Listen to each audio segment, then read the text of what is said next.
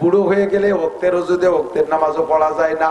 এক ওক্তের নামাজ পড়তে 3 বার অজু করা লাগে। অজু বানায় মসজিদে সুন্নত পড়ার সাথে সাথে তলপেট সিঁড়ি ধরে বাড়ায় চলে এসেছে, পেশাব টেশাব করি যে আবার ফরজ করছে, আবারও না তা গেল না, এই করে যাই মেরে আবার চলে এসে আবার যাই পেশাব করি অজু বানাইয়া শেষের 2 রিকাত পড়া লাগে। ওয়াই না বিয়ার কি আরো হারবো হয়ে গেছি, এই যে পেশাব করতে যে গেছে সেটা লুঙ্গিটা তলেতে নষ্ট হয়ে গেছে, পেশাব করতে যে পায়খানা করে দিয়েছে। হাসিয়ে যে বুড়ো দিন আসতেছে দিন সবাই বুড়ো কজনের কাছে শুনিয়ে দেন, ঠিক না? তাহলে যৌবন কালে এই ঝামেলা গুলো ছিল না। সময় মতো তুমি ইবাদত করে রাখো, পারবা না। তুমি যে সময় অপেক্ষা করতেছো বুড়ো হয়ে গেলে মসজিদে পড়ে থাকো, সে সময় তোমার মসজিদে ঢুকতেই দেবে না, কারণ বুড়ুই তুমি পেশাব পায়খানা করে নষ্ট করো, মসজিদ নষ্ট করে ফেলো, সে সময় তোমার ঢুকতে দেওয়া হবে না। তুমি সেই সময় অপেক্ষা করতেছো। নো যুবক, ভুল করতেছো। ইবাদাতিল্লাহ, যৌবন কালটারে কাজে লাগাও। অনাশকুরুকা পড়েন, অনাশকুরুকা ওয়ালা নাকফুরুকা। আল্লাহ তোমার কোটি কোটি নিয়ামত ব্যবহার করে শুকর আদায় করি, ওয়ালা নাকফুরুকা, জীবনে কোনদিন কুফরি করব না, তোমার শুকর জীবন ভরে আদায় করব, তাই তো নাকি বলেন? কিন্তু আপনি যদি লারে না টেনে পড়েন ওয়ানাশকুরুকা ওয়ালা নাকফুরুকা, তোমার শুকর এতদিন আদায় করছি, সামনে তোমার কুফরি করব, আর শুকর আদায় করতে পারবো না, ঈমান থাকবে। এরে কয় মদ টাইনে পড়া। এই মদ আছে 10 প্রকার, 10 প্রকারের মদ রে 10 দিনই শেখেন, ওদারে রয়েছে 34 দিন, 34 দিন 34টা, 10টা মদ রে 10 দিন, কত দিন হলো? 44।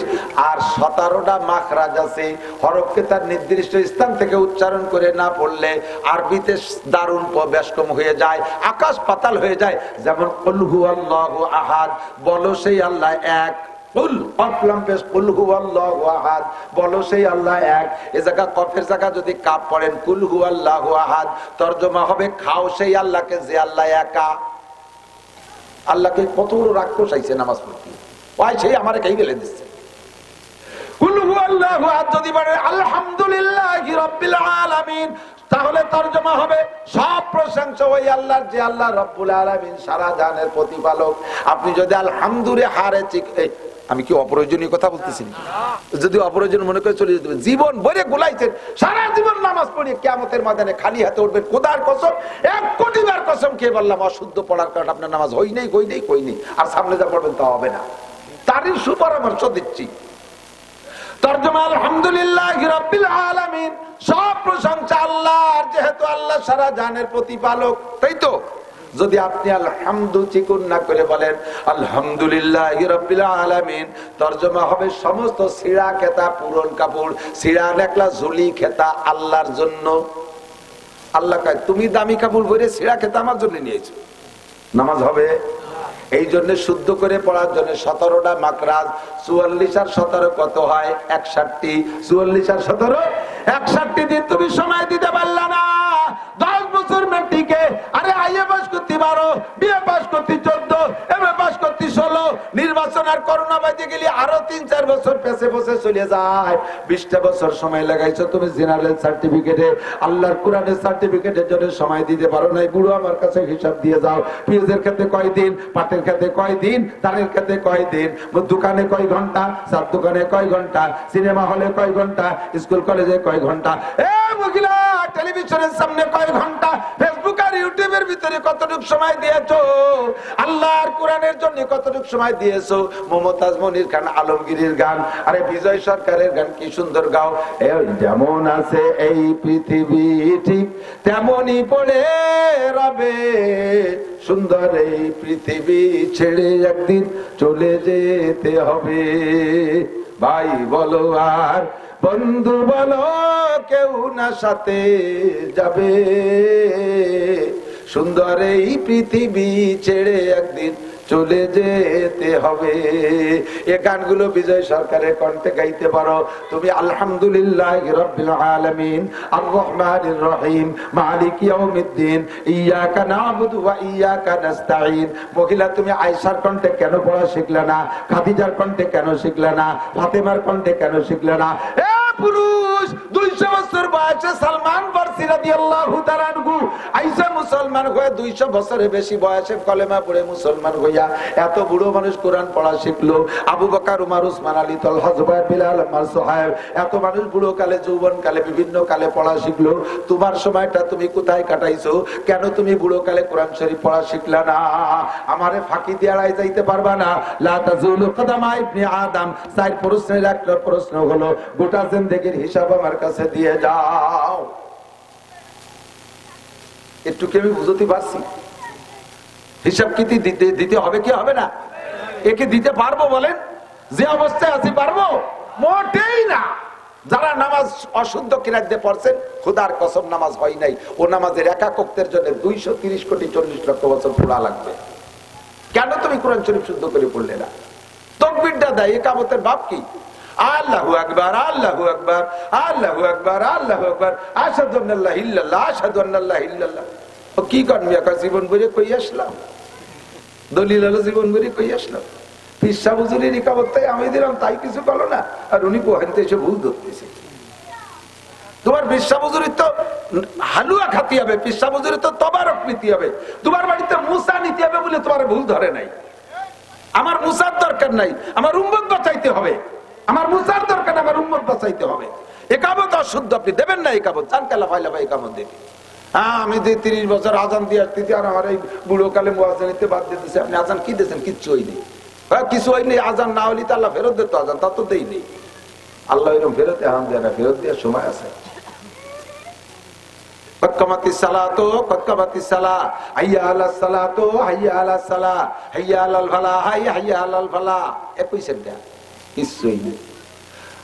আল্লাহু আকবার ভুল, আল্লাহু আকবার ভুল, আল্লাহু আকবার ভুল।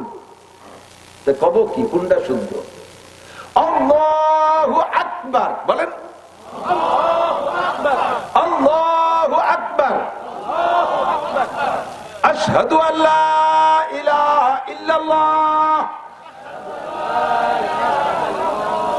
আশহাদু আন্না মুহাম্মাদার রাসূলুল্লাহ। এই আন কই আমি গুনাহ করছি না? আন্না মুহাম্মাদ এই জায়গা গুনাহ করবেন। আশহাদু আন্না মুহাম্মাদার রাসূলুল্লাহ। আন্না কই ঠেলা দিচ্ছে। যদি করে আশহাদু আন্না মুহাম্মাদুর রাসূলুল্লাহ, কি কইছেন জানেন? আমি সাক্ষী দিছি যে আমি নিজে মুহাম্মাদুর রাসূলুল্লাহ, আমরা মুহাম্মাদুর রাসূলুল্লাহ। খালি আমি একা না, আমরা কয় বাপ বেটা সহ। কত বড় মারাত্মক ভুল করতেছেন টেরও পান না।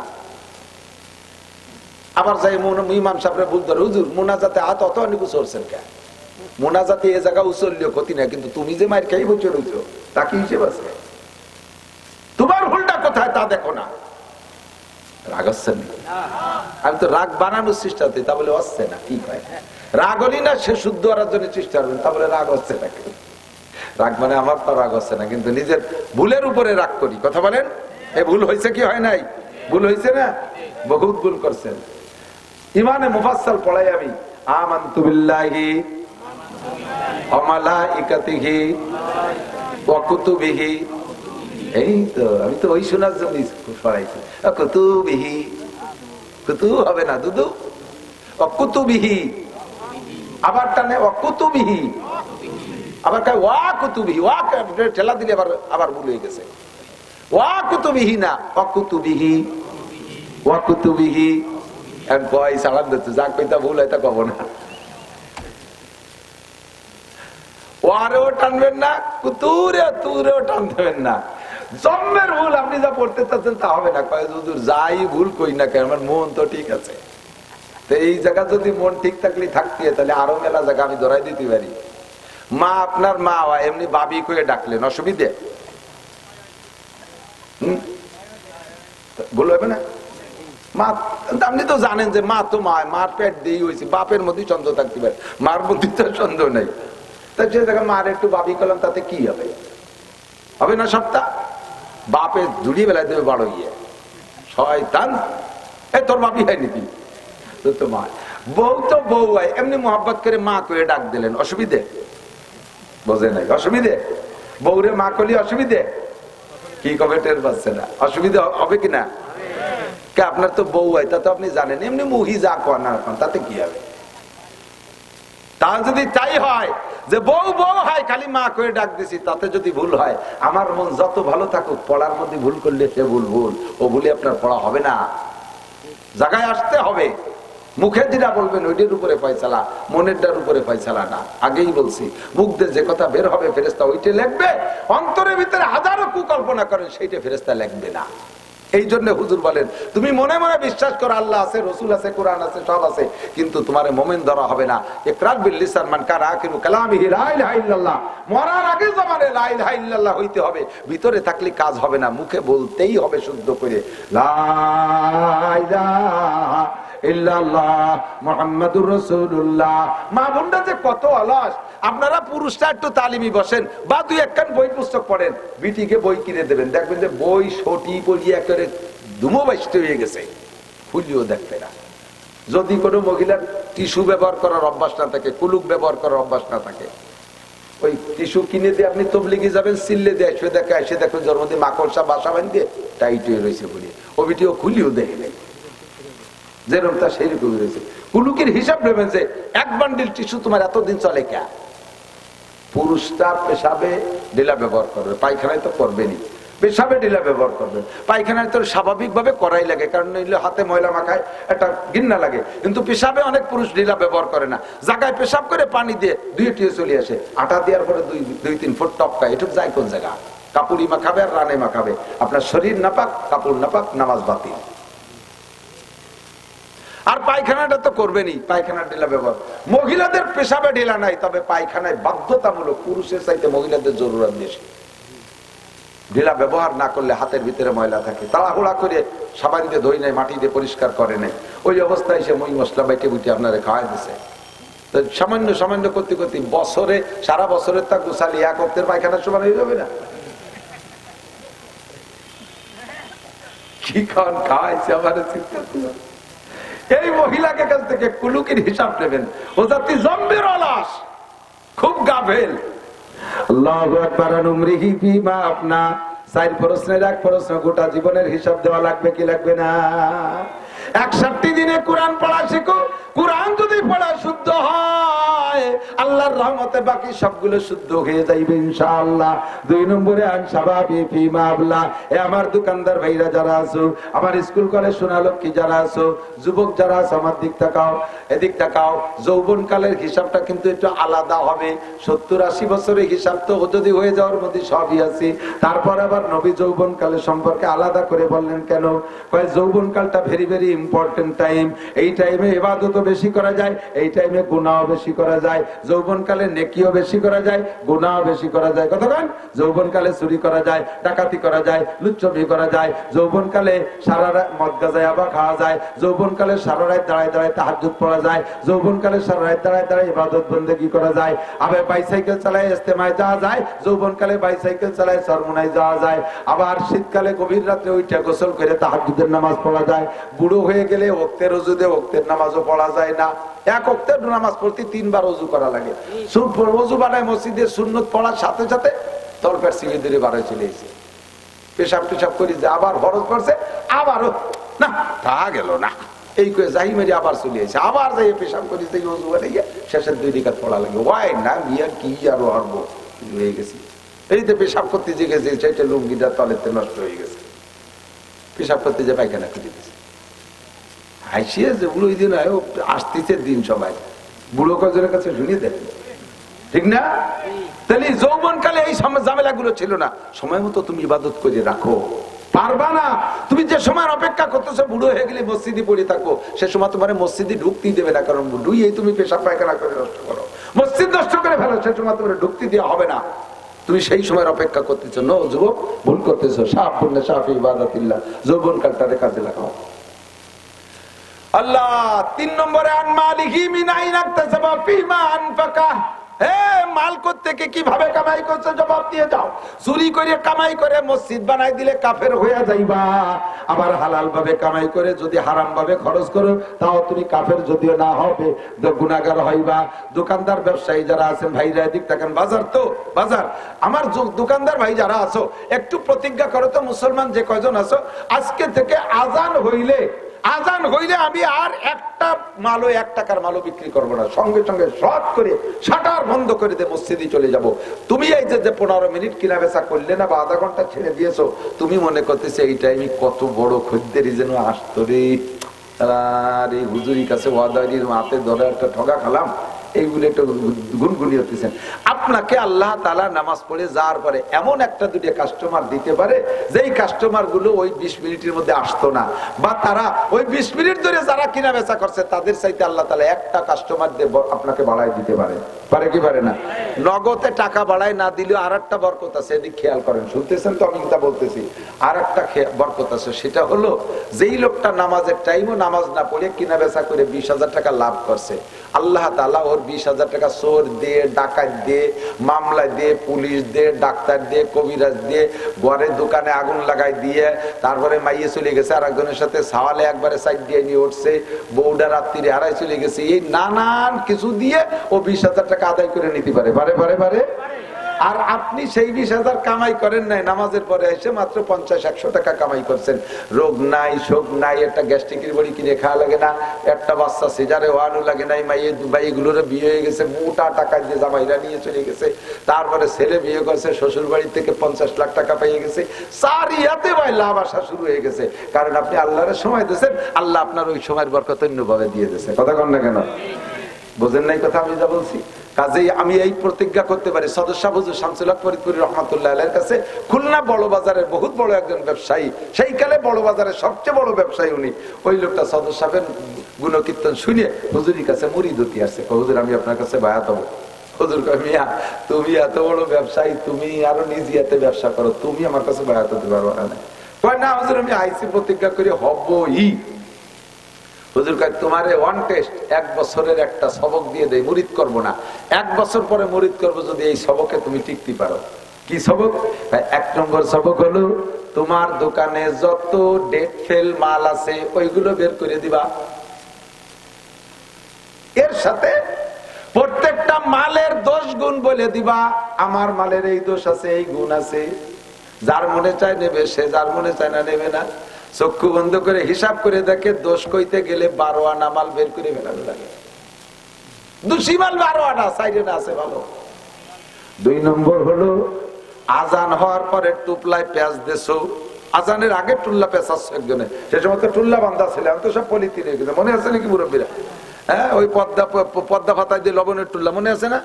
কলার পাতায় দিয়ে কাগজ দিয়ে সুন্দর করে টুল্লা, আমি খুব ভালো বানতে পারি, আমার দোকানদারের বাড়ি লজিং ছিল, শর্ট টুল্লা আমি খুব সুন্দর বানতে পারি। তো পেঁচাইছো, আজান দেওয়ার আগেতে শুরু করছো, 1 প্যাঁচ 2 প্যাঁচ, আর 3 নম্বর প্যাঁচ দিলে মালটা দেওয়ার যোগ্য হয়ে যায়। 3 নম্বর প্যাঁচের আগে কানে আল্লাহু আকবার শব্দ আসছে, 3 নম্বর প্যাঁচ দিবা না, কাস্টমাররে বলবা চলো যাই নামাজ পড়ে আসি, আমি মাল দিতে পারবো না। তোমার মনে চাইলে অন্য দোকানের থেকে নিয়ে যেতে পারো, নতুবা চলো নামাজ পড়ে আসি, অপেক্ষা করো, আমার এই মাল নিয়ে যাবা। এই 10 গুণ বলে দিবা মালের, আর এইভাবে তুমি আজান হইলে ব্যবসা করতে পারবে না। এই 2 সবকের পরে 1 বছর যদি তুমি টিকে থাকতে পারো, তাহলে আগামী বছর আসলে মুরিদ করবো।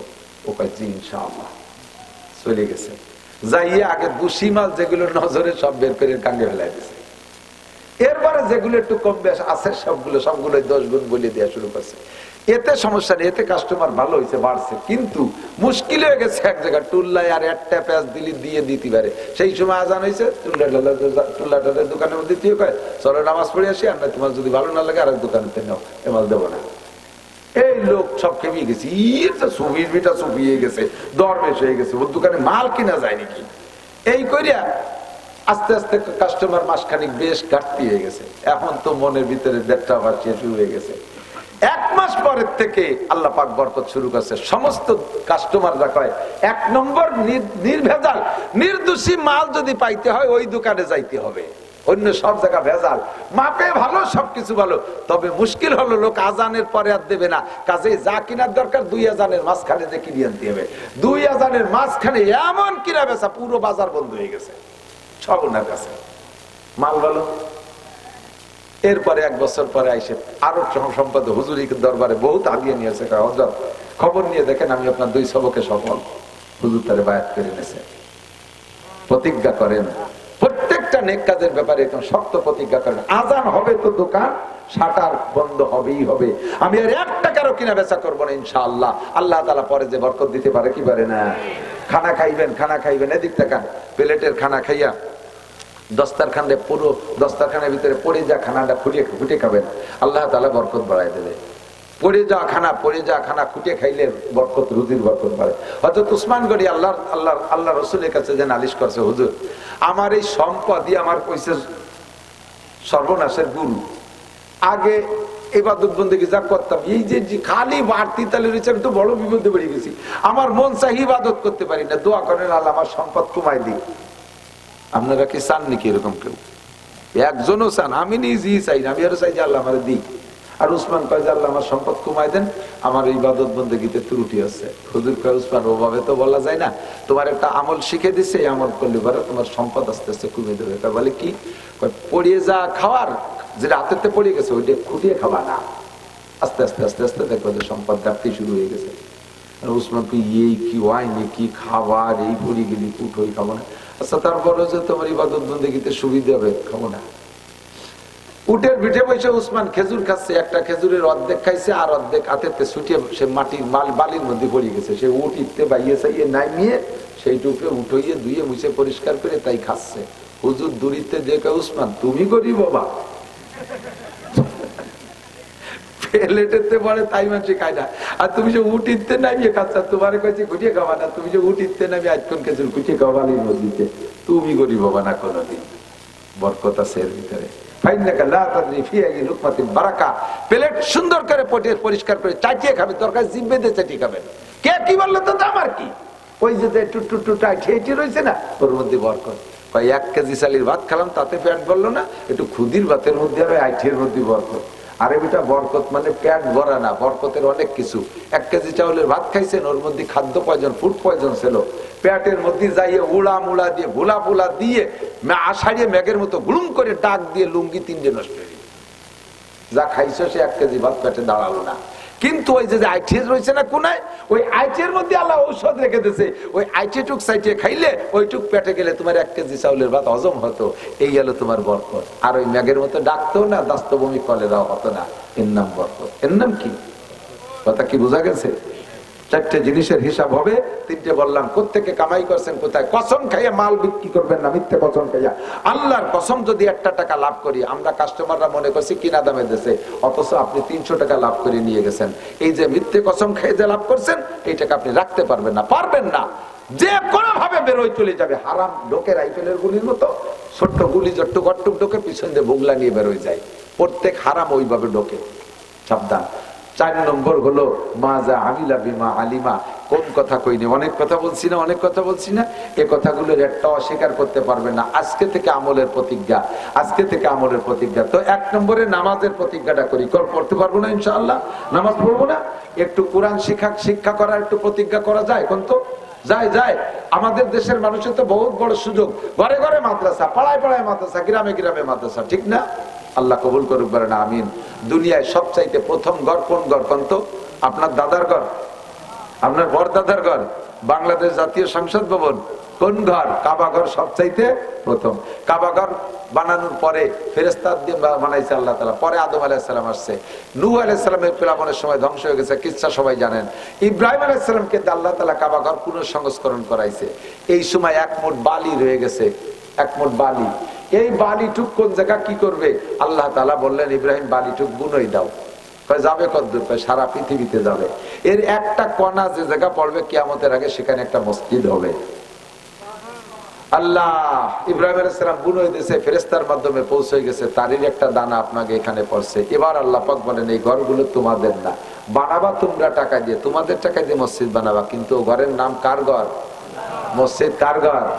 আল্লাহ কয় তোমাদের প্রত্যেকের বাড়ি কত দারুণ দারুণ ঘর, পায়খানা বানাইছে 3 লাখ টাকা দিয়ে, 5 লাখ টাকা খরচ করছে, 10 লাখ টাকা, 20 লাখ টাকা, এমন এমন পায়খানা যা জীবনে আপনারা দেখেনও নাই, হয়তোবা শোনেনও নাই। আজীব পায়খানা, সে পায়খানার ভিতরে প্যান নাই, এরকম পাদানি আছে দুটি, ওর পর দাঁড়ালে পাদানির উপরে দাঁড়াইলে তলে খালি হয়ে যায়, আবার নামিয়ে আসলে পরে এসে বন্ধ হয়ে যায়। নামার পরে আপনি খুঁজে পাবেন না যে পায়খানা কোন জায়গা করছেন। এই ওয়াটার সুইচ পায়খানা, লাখ লাখ টাকা দিয়ে তুমি পায়খানা বানাচ্ছ, আর আমার ঘরের ইটির দাঁত বার হয়ে রয়েছে। তোমার বাড়ির দালানের টাইলস করো, আমার মসজিদ আমার ঘরের টাইলস নাই, আমার ঘরে ইটের দাঁত বার হয়ে রয়েছে। তোর ঘরে তোরে আমি থাকতে দেবো না, আমার ঘরে যতক্ষণ ঠিক না করবি। তোরে ওই হাসপাতালে রাখবো, নয় জেলখানায় রাখবো, লাস্ট ফিনিশিং পোস্টিং করে কবরস্থানে পাঠাই দেবো।